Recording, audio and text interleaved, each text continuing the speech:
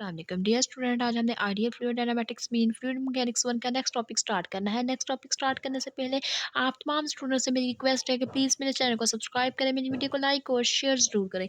जो आज हमने टॉपिक स्टार्ट करना है वो हमारे पास इक्वेशन ऑफ द कंटिन्यूटी के रेलिवेंट है। इक्वेशन ऑफ द कंटिन्यूटी हमने फाइंड करनी है इन लैग्रांजियन मेथड। लैग्रांजियन मेथड के रिस्पेक्ट से equation of the continuity in Lagrangian system. Equation of the continuity Lagrangian system के रिस्पेक्ट से हमने क्या करनी है, फाइंड करनी है। तो सबसे पहले हमने क्या कर लिया, यहाँ पे दो होल सिस्टम ले लिए। होल सिस्टम मीन दो हमने सर्फेसिस ले लिए और अंदर हमारे पास क्या है, सबसे पहले हमने क्या किया, दो सर्फेसिस ले लिए। सर्फिस के यहाँ पे हमने कह दिया कि इसका ये प्रेशर ये पी है और इसका ये प्रेशर पी नॉट है। इसी तरह इसकी जो रो है, डेंसिटी है, वो बस रो है और इस पॉइंट के लिए पास इसका रो, उसकी डेंसिटी क्या है, रो नॉट है। और यहाँ पे इसका जो वॉल्यूम है, वॉल्यूम एलिमेंट्स, वो हमारे पास किसके इक्वल है, डी टा के इक्वल है। और यहाँ पे वॉल्यूम एलिमेंट्स किसके इक्वल है, डी टा नॉट के इक्वल है। तो ये हमारे पास वॉल्यूम किसके लिए हिसाब से हम किसके डायग्राम बना रहे हैं, टा के हिसाब से, और ये हमारे पास वॉल्यूम किसके हिसाब से आ जाएगा, टॉ नॉट के हिसाब से।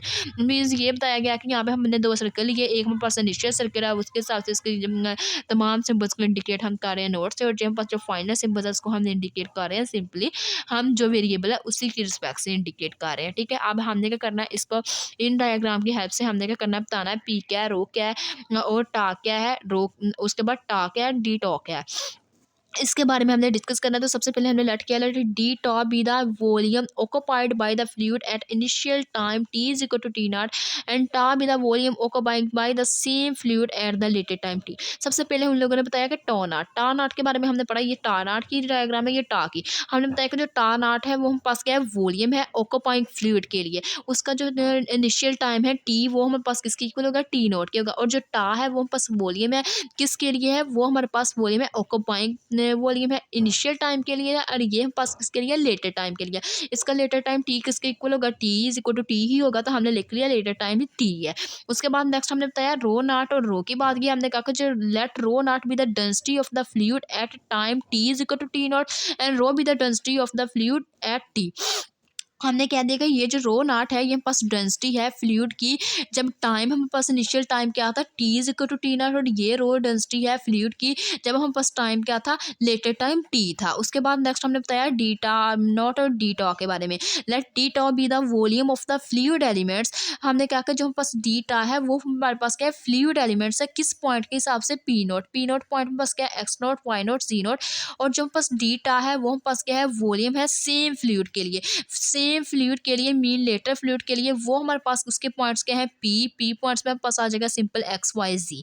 तो ये हमने बता दिया, टा हमारे पास क्या है, फ्लूइड के एलिमेंट्स है पी नोट पॉइंट के लिए, और जो डी टा है वो हमारे पास सेम वॉल्यूम फ्लूइड के एलिमेंट्स है किस हिसाब से, पी के पॉइंट के हिसाब से। उसके बाद नेक्स्ट हमारे पास है, नेक्स्ट हमने कह दिया कि mass of the fluid elements t is equal to t is equal to T not. जब हमारे पास मैस फ्लूइड के एलिमेंट्स का है टाइम टी के हिसाब से, तो उसके लिए हमारे पास रो उसका फार्मूला क्या आ जाएगा, rho not D toe not. और इसी तरह at the mess of the fluid, जब हम पास मैस ऑफ द फ्लूइड हम एलिमेंट्स के हिसाब से मीन टी के हिसाब से बात करेंगे, तो उसके लिए उसका फार्मूला क्या बन जाएगा, रो डीटा।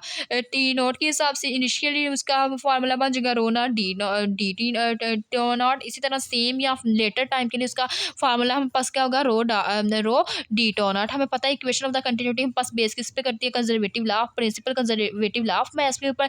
तो उसकी रिस्पेक्ट से हमने लिख लेना है कि वो पास जो इनसाइड है वॉल्यूम की, वो inside volume of the fluid, जो हमारे पास इनसाइड है वॉल्यूम ऑफ द फ्लूइड, वो हमारे पास क्या है, रिमेन अनचेंज है थ्रू आउट मोशन। कि हमारे पास जो उसकी जो वॉल्यूम की जो हमारे पास मैस है, उसकी जो वॉल्यूम का फ्लूइड है, उसकी जो हमारे पास साइड्स है रिमेन अनचेंज है। रिमेन अनचेंज होने की वजह से हमने कहा जो टोटल मैस है फ्लूइड का, इनसाइड फ्लूइड का मतलब टा नॉट का, वो हम पास किसके इक्वल आ जाएगा, total mass of the fluid. वो हम पास total mass of the fluid mean tau के इक्वल आ जाएगा। टो नॉट का जो मैस होगा वो इक्वल आ जाएगा टो के मैस के। तो हमें पता है कि ये हमारे पास किसके इक्वल है, रो नॉट टो नॉट की इक्वल आ जाएगा रो इन टा के। तो हमने क्या किया, हमें पता है कि टा मीन वॉल्यूम है, तो वॉल्यूम के लिए हम कौन से इंटेग्रल को यूज करते हैं, ट्रिपल इंटेग्रल का। हमने triple integral tau not rho not d tau not is equal to triple integral tau rho not t not.